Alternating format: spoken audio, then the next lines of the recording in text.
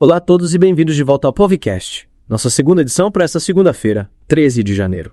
Isso aí. O Oriente Médio, como sempre, um caldeirão de acontecimentos. As negociações do Catar reacenderam as esperanças de paz, mas me diga o que realmente está acontecendo por lá. É como um labirinto, realmente. Um passo em direção à resolução e logo em seguida um obstáculo imenso. As negociações em Doha trouxeram de volta a possibilidade de um cessar-fogo, mas os desafios são muitos. Para entendermos melhor, precisamos olhar para a complexa teia de interesses em jogo. E que teia complexa. Equilibrar segurança, direitos humanos e objetivos políticos em uma região marcada por disputas territoriais e um passado turbulento parece uma missão quase impossível. E é nesse ponto que a convergência de interesses da administração Biden, Israel, Egito e outros mediadores entra em cena. Eles intensificaram os esforços para um acordo antes da transição presidencial nos Estados Unidos, buscando evitar a escalada da violência e garantir a libertação dos reféns israelenses. Imagino que você esteja se perguntando: por que essa pressa toda? Com certeza. Essa corrida contra o tempo me deixa intrigada. Qual a grande jogada por trás disso? Tanto a administração atual quanto a futura enxergam a resolução desse conflito como um importante legado político. É como se a política interna e a geopolítica estivessem alinhadas, pelo menos nesse ponto. Entendi. Um movimento estratégico para todos os lados. E o Hamas, como se encaixa nesse tabuleiro? O Hamas tem exercido forte pressão, tanto sobre o governo israelense quanto sobre sua população. A divulgação de vídeos com reféns israelenses vivos gerou comoção e aumentou a pressão por respostas imediatas. Imagina a angústia dessas famílias. E como Israel reage a essa pressão? A opinião pública israelense se mostra majoritariamente favorável a um cessar-fogo para libertar os reféns. No entanto, o primeiro-ministro Netanyahu se encontra em dilema. De um lado, precisa responder à pressão popular pelo fim do conflito. Do outro, enfrenta a resistência da extrema-direita, que defende a continuidade das operações militares. Um cabo de guerra político delicado. E nesse cenário, qual o papel dos Estados Unidos? Sabemos que o apoio americano a Israel é um fator-chave no conflito. E estudos indicam que o apoio americano, que inclui vultosos pacotes de ajuda militar, fortalece a posição de Israel. Mas isso levanta questões sobre o equilíbrio de poder na região. Você veja, essa enorme ajuda militar, embora vise garantir a segurança de Israel, acaba por projetá-los como Golias aos olhos de muitos na região. Isso pode tornar a negociação incrivelmente difícil, pois a dinâmica de poder parece muito desigual. Ou seja, o apoio incondicional pode, na verdade, alimentar o desequilíbrio. É um paradoxo e tanto. E a Arábia Saudita, como entra nessa equação? A normalização das relações entre Israel e a Arábia Saudita é vista por alguns como um caminho para a estabilidade regional. No entanto, essa possibilidade parece distante, considerando o conflito em curso e as complexas dinâmicas políticas internas. Mais um nó nesse emaranhado de relações internacionais. Mas não podemos esquecer o principal, o custo humano. Com certeza. Os números divulgados pelo Ministério da Saúde de Gaza, controlado pelo Hamas, são alarmantes. Centenas de mortes, incluindo civis e crianças, nas últimas semanas. É de partir o coração pensar em tantas famílias dilaceradas, crianças que nunca conheceram a vida sem a sombra da guerra. E a parte mais trágica, isso não é novidade. Vemos esse ciclo de violência se repetir indefinidamente, com cada geração herdando o trauma da anterior. Uma tragédia que exige atenção e ação imediata. A reconstrução de Gaza, tão prometida e nunca concretizada, precisa ser prioridade. Sem dúvida. E essa reconstrução precisa ser um esforço conjunto, envolvendo a comunidade internacional, governos locais e organizações humanitárias. A ajuda humanitária é urgente, mas precisamos ir além. Mas sejamos realistas, já vimos esse filme antes. Acordos de paz que se desfazem, promessas que não se cumprem. O ceticismo, nesse caso, é quase inevitável. Compreensível. A história do conflito no Oriente Médio é marcada por frustrações e desconfianças. Superar esse legado, construir pontes de confiança, é essencial para que qualquer acordo tenha chance de sucesso. Parece que estamos presos em um ciclo vicioso. Quais seriam, na sua visão, os principais obstáculos para a paz? As raízes do conflito são profundas e complexas. Disputas territoriais, violações de direitos humanos, a falta de reconhecimento mútuo entre as partes, tudo isso contribui para um clima de hostilidade e impede avanços significativos. Mas recentemente tivemos um sinal de esperança, não é mesmo? O Hamas anunciou a disposição de libertar 34 reféns israelenses. Sim, essa declaração do Hamas é um passo positivo.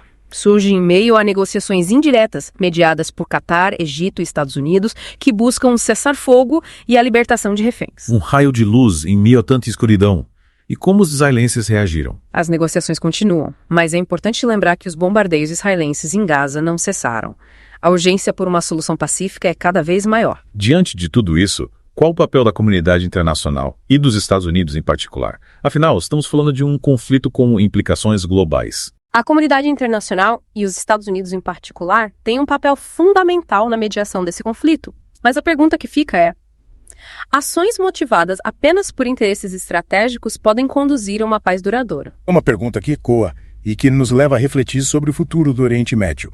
O que mais podemos extrair dessas suas leituras e análises? De fato, a busca por paz no Oriente Médio exige uma mudança de paradigma, né? Não podemos mais nos contentar com soluções superficiais que ignoram as raízes do problema. E a questão do petróleo, você se lembra que falamos dela antes. Bem, ela adiciona mais uma camada de complexidade a tudo isso. É verdade, o petróleo sempre paira sobre as discussões sobre o Oriente Médio. Mas como exatamente essa questão se conecta à busca por paz na região? As grandes potências mundiais têm interesses econômicos e estratégicos no petróleo do Oriente Médio. Muitas vezes, esses interesses se sobrepõem à busca por soluções pacíficas. Imagine é como se a sombra do petróleo estivesse sempre presente nas mesas de negociação, influenciando decisões e moldando alianças. Entendo. E como essa disputa pelo petróleo impacta a vida das pessoas que vivem na região? Eles se beneficiam dessa riqueza natural ou acabam sofrendo as consequências dessa disputa. Infelizmente, a instabilidade política, a violência e a pobreza são frequentemente agravadas pela disputa pelo petróleo. Pense na ironia. Uma região rica em recursos naturais, mas onde grande parte da população vive em condições precárias. É uma contradição cruel. De fato, é revoltante pensar que a busca por essa riqueza natural gere tanto sofrimento. E nós, como cidadãos do mundo, o que podemos fazer para mudar essa realidade? É possível ter um impacto real em uma situação tão complexa e distante. Acredito que a informação é a nossa maior arma. Precisamos nos manter informados sobre o que acontece no Oriente Médio, questionar as narrativas simplistas e pressionar nossos governantes para que adotem políticas que promovam a paz e a justiça social. A conscientização é o primeiro passo para a ação. Concordo plenamente, mudança começa com a gente. Agora, voltando ao conflito atual, o que podemos esperar dos próximos capítulos dessa história? Há algum sinal de que a paz de fato seja possível? É difícil prever o futuro nesse cenário. A situação é volátil e qualquer passo em falso pode reacender a violência. No entanto, a retomada das negociações e a disposição do Hamas em libertar reféns indicam que ainda há espaço para o diálogo. Sim, esses são sinais importantes. Mas além das negociações e acordos políticos, o que mais precisa acontecer para que a paz se torne uma realidade duradoura na região? O que precisa mudar para romper esse ciclo de violência que parece se repetir por gerações? A paz duradoura exige mais do que acordos políticos. É preciso abordar as raízes do conflito, as feridas profundas que alimentam o ódio e a desconfiança. E quais seriam essas feridas, na sua opinião? O que impede que esses povos que compartilham a mesma região geográfica consigam conviver em paz? Um dos principais obstáculos é a falta de empatia e compreensão mútua. As narrativas históricas muitas vezes são distorcidas para justificar a violência e demonizar o outro lado. A educação para a paz, o diálogo interreligioso e a promoção de uma cultura de tolerância são essenciais para superar essa barreira. É verdade, a construção da paz precisa acontecer também nas mentes e corações das pessoas. Mas além da questão da empatia, que outros fatores dificultam a paz no Oriente Médio? A desigualdade social e econômica é outro fator crucial. A pobreza, a falta de oportunidades e a sensação de injustiça criam um terreno fértil para o extremismo e a violência.